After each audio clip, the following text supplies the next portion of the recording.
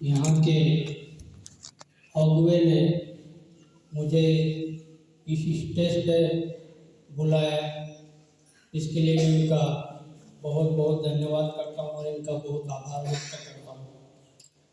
मैं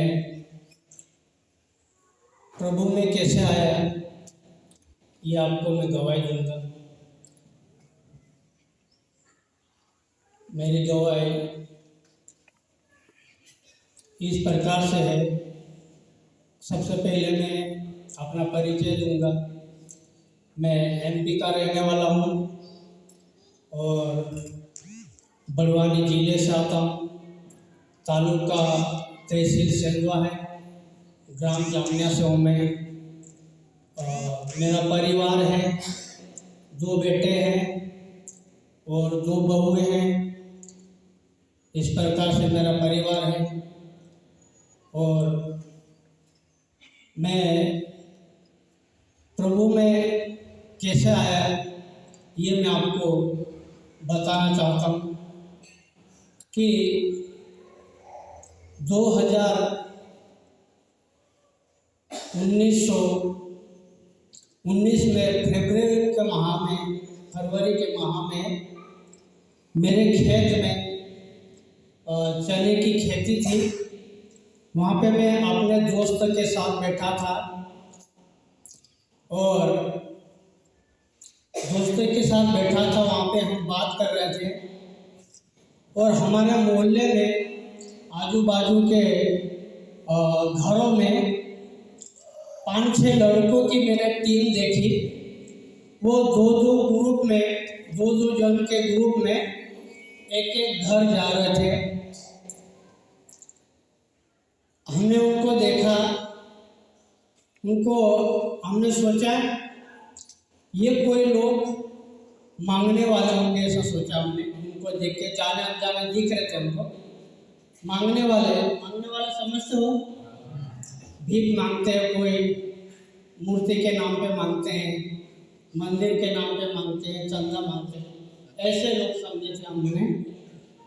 फिर ये लोग एक दूसरे के घर जाकर बात कर रहे थे और उन घरों के बाद 2 लोग मेरे यहाँ आ गए। मैं जिस खेत में बैठा था ये 2 लोग वहीं पे आ गए। मैं अचंभा करने लगा, ये लोग जाने अनजाने हैं, कौन है, कुछ मांगने की आस में आए होंगे, ऐसा लगा मेरे को। फिर मैंने पूछा इन लोगों से कि भाई तुम कौन हो और घर घर घूम रहे हैं, कैसे आए हो, क्या चाहते हो? ये लोग कहते हैं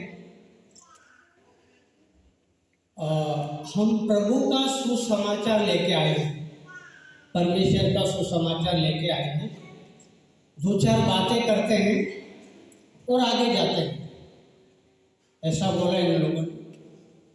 मैंने बोला कौन प्रभु? बोला यीशु मसीह। मैं थोड़ा विरोध में हो गया था उस समय में। यीशु मसीह वो तो विदेश का परमेश्वर। फिर इन लोगों ने बातें की और मेरे साथ में जो दोस्तों लोग बैठे थे उनको कुछ मालूम था चमत्कार। वो कहने लगे ऐसी बात नहीं है, विदेश का भगवान नहीं है, ये बहुत सारा चमत्कार करता है यीशु मसीह। मैंने बोला नहीं। हाँ बोले। मैं परेशान था, मुझे एक बीमारी थी, बवासीर की बीमारी थी। मैं बहुत ज़्यादा भटक चुका था, देवी देवताओं में भी हो लिया था, वैद्य के पास में हो लिया था, डॉक्टर के पास भी हो लिया था। और ये बीमारी कहीं कहीं ऐसी खतरनाक होती है, बहुत से लोग मर गए थे, ऑपरेशन के बाद भी मर जाते। मैं परेशान तो था। इन लोगों ने बोला कि परमेश्वर चमत्कार करता है, ठीक करता है।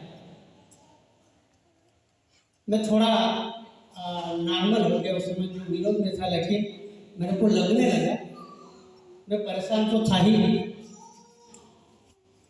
मैंने बोला अगर मेरी बीमारी है, ये बीमारी अगर तुम ठीक कर दे तो मैं मान। इन लोगों ने कहा हम प्रार्थना करेंगे, प्रभु ठीक करेगा। और इन लोगों ने प्रार्थना किया, मेरे को थोड़ा लगने लग गया मैं कहीं भटक चुका हूँ, मैं ठीक नहीं हुआ हूँ, हो सकता है ठीक कर दे। विश्वास कर लिया मैंने, भरोसा रखा थोड़ा सा, और इन लोगों ने प्रार्थना किया। प्रार्थना करके ये लोग और चले गए आगे दूसरे घर। एक दूसरे घर जाते रहते ये लोग। लाजर भाई उनकी टीम है, बहुत से लड़के इनके पास जाते मेरे जब 5-6 लड़के, तो शायद सर ने तैयार किए हों, आप सभी ने तैयार किए होंगे। मैं आपका बहुत बहुत आभार व्यक्त करता हूँ कि जैसे मेरे लिए प्रार्थना की इन लोगों ने, और ये लोग आगे बढ़े। और आपको मैं बताता हूँ सर, ये ऐसे ऐसे लोगों के बीच में चले जाते हैं जिससे हमको डर लगता है।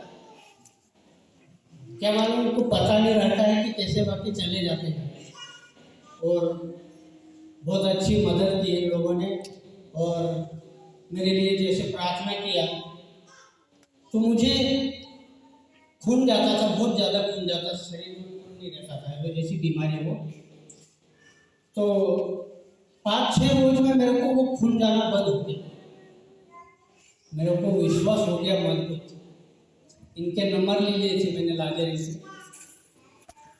फिर मैंने पूछने लगा इनको, भैया क्या परहेज है इनका, मेरे को किस प्रकार इसका परहेज रखना चाहिए, मैं समझता नहीं था किसी बात को। ये बताते हैं परहेज कुछ नहीं, बाइबल पढ़ो, उसमें सब कुछ लिखा है, और समझाते भी है। और इस प्रकार से मेरा विश्वास बढ़ा। मैं जामने गांव में सबसे पहला विश्वासी हुआ। इसके बाद में मेरे साथ में अभी लगभग 30-40 लोग जुड़े हैं। उनमें से अभी कोई थोड़े बिखर भी रहे हैं। और परमेश्वर ने ऐसा चमत्कार किया है। सबसे पहले तो मैं चंगा हुआ, उसके बाद एक बहन दुष्ट आत्मा से थी, शुरुआत में ही वो चंगी हुई। सबको याद होंगे, मैंने प्रार्थना करवाया था, वो भली चंगी हुई। उसके बाद मेरे द्वारा भी परमेश्वर ने बहुत चमत्कार किए। एक महिला थी, वो अंधेरी रात में पानी देने के लिए जाती है, उसको सर्प ने डस लिया। उसको दिखा नहीं, लेकिन ऐसा चक्कर आने लगा ऐसा। और उसको नीम की पत्ती खिला रहे थे, तो नीम की पत्ती उसको मीठी लगने लगी। नमक खिलाया तो उसको मीठा लगने लगा। हम समझ लिए कि इसको सांप का जहर है।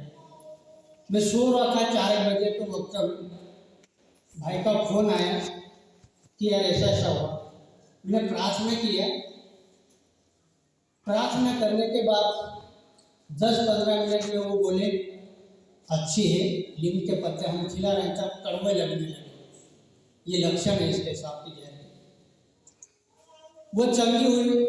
उसके बाद एक भाई को बिच्छू ने काटा।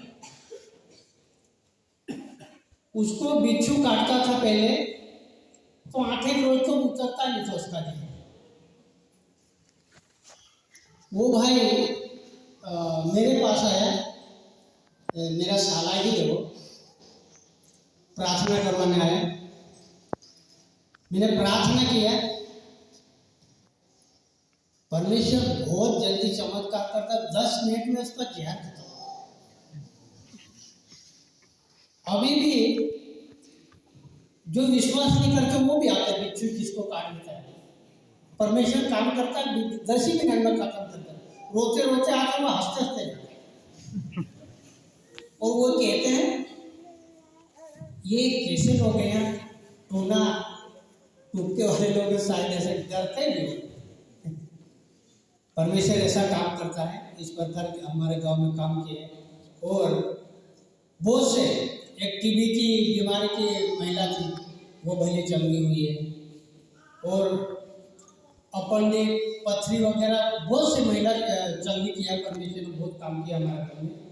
और एक मेरा भाई, बड़ा भाई है, वो दारू पीता है और अच्छा नहीं रहता, वो मेरे विरोध में था, यीशु मसीह को मान लिया, ऐसा वैसा। उसी को दुष्ट आत्मा ने पकड़ लिया। 1 महीने पहले की बात है। वह 2-4 दिन तक इधर उधर घूमता रहा, मैं उसको देखता रहा। मैंने कुछ नहीं बोला, मैं इंतजार कर रहा था कि ये आएंगे मेरे पास। उसके लड़के या उसके परिवार तो नहीं लाए मेरे पास, बाकी वो खुद आए। मेरा भाई है बड़ा, वो आया और बोले मेरे को यीशु की माला डाल दो। उसको मालूम था मैं यीशु को मानता हूँ। वो बोले मेरे को यीशु की माला डाल दो। मैंने बोला ठीक है, मैं डालूंगा यीशु की माला। और वो बहुत दादली करता था, जो दौड़ता था झाड़ों में, लठ से मारता था, पत्थर से मारता था। उसको कुछ दिखाई देता होगा। लाजर को भी बोला था, मेरे को कान में आवाज आती है, और वो जा रहा ऐसा करके बताता, मैं मारता उसको। वो उसकी हालत खराब हो गई 2-1 दिन तक। फिर भाई बेटा है रेवल सिंह, हम दोनों ने विचार किया इसके परिवार वाले भी लाएंगे और हम प्रार्थना करें उसके लिए। हमने प्रार्थना किया, 1 रात तक तो परेशान किया उसने, मेरे घर ही रखा, मैंने सुलाया, रात भर जगा रहा हुआ, दौड़ता भागता रहा, मैं संभालता रहा। फिर सवेरे और प्रार्थना किया तो उसको 2-3 बजे तक कुछ आराम नहीं। फिर वो समझने लगा, मुझे कुछ अच्छा लगा। वो खुद बताने लगा कि मेरे कान में आवाज आते हैं और लोग दिखाई देते हैं अजब गजब के। ऐसा उसने बताइएगा। सच में आकाश में वो वचन कहता है, आत्मा दुष्ट आत्मा कार्य करती है, परमेश्वर की है दुष्ट आत्मा भी सच में। और जिसको जो हुआ है वो कहते हैं, मेरे भाई की गवाही से ये बात मैं समझ रहा हूँ। और इस प्रकार से वो मेरा भाई भी अब परमेश्वर के सामने घुटने टेकती है, वो भी मीटिंग में आने लगा अभी। और ज़्यादातर वही विरोध में जा रहा था, लेकिन अब मुझे कुछ अच्छा लगने लगा, मेरी हिम्मत बढ़ी है वहाँ पे। और हमारे यहाँ बहुत से चमत्कार रहे हुए, चमत्कार के माध्यम से बहुत सी महिला जुड़े, पुरुष भी जुड़े हैं और मीटिंग में आते हैं। रविवार को मीटिंग लेते हैं, हम आराधना होती है, स्तुति होते हैं, कुछ संदेश बताता हूँ मैं, मुझे जो समझ में आता है। मैं ज़्यादा कुछ समझता नहीं हूँ, अभी सीखने की तौर पे हमें और सीखने की इच्छा रखता हूँ सर में। ये जो है मेरी। और आगे में एक छोटा सा वचन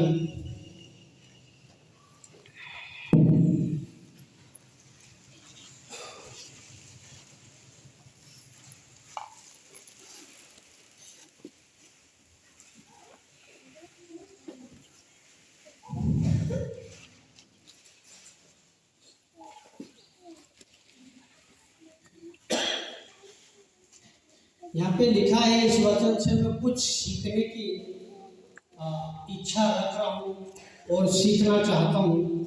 और मेरी कलीसिया के लोग भी, उनको भी मैं सिखाने की इच्छा रखता हूँ। जितना मुझे समझ में आता है मैं समझाता हूँ। और यहाँ पे एक वचन लिखा, प्रकाशित वाक्य 22:11 में लिखा है, जो पढ़ेंगे पढ़े।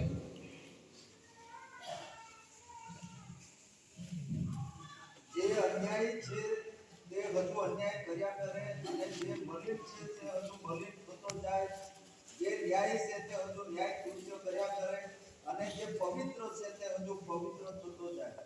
हाँ, इस वचन से जो अन्याय करता है वो अन्याय ही करता रहे, और जो मलिन है वो मलिनता से रहे, और जो धर्मी है वह धर्मी बना रहे, और जो पवित्र है वो पवित्र बना रहे। इस वचन से मैं सीख ये ले रहा हूँ कि धर्मी जो है वो धर्मी बनता रहे, बढ़ता रहे, ऐसी मुझे सीख ले रहा हूँ मैं।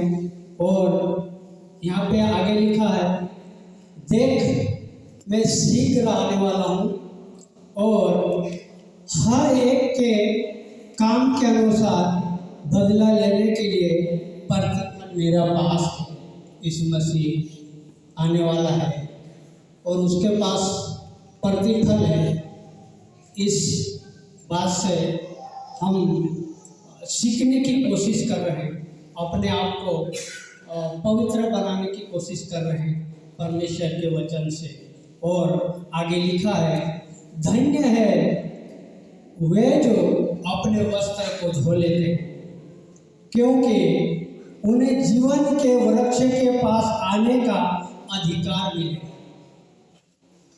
हमारे वस्त्र, मेरे वस्त्र खुद के मैं धोने की कोशिश कर रहा हूँ परमेश्वर के वचन से। और यहाँ पे लिखा है, इस बात से डरता हूँ मैं आगे। यहाँ पे लिखा है कि टोने, कुत्ते और व्यभिचारी और हत्यारे और मूर्ति पूजक और हर एक झूठ का चाहने वाला और गढ़ने वाला बाहर रहेगा। ये बात से मैं सीखता हूँ, व्यभिचार नहीं होना चाहिए, मूर्ति पूजक नहीं होना चाहिए, पाप नहीं होना चाहिए। इस बात से मैं डरता हूँ। ऐसी मुझे इस वचन से शिक्षा है। मैं यही कहूँगा। और विशेष मैं आपके अधीन हूँ, यहाँ पे सब अगुए हैं। मैं छोटू सर के सिवाय दूसरे को नहीं जानता हूँ। उनका सबका आभारी हूँ और बहुत बहुत आभार व्यक्त करता हूँ। इतना कहते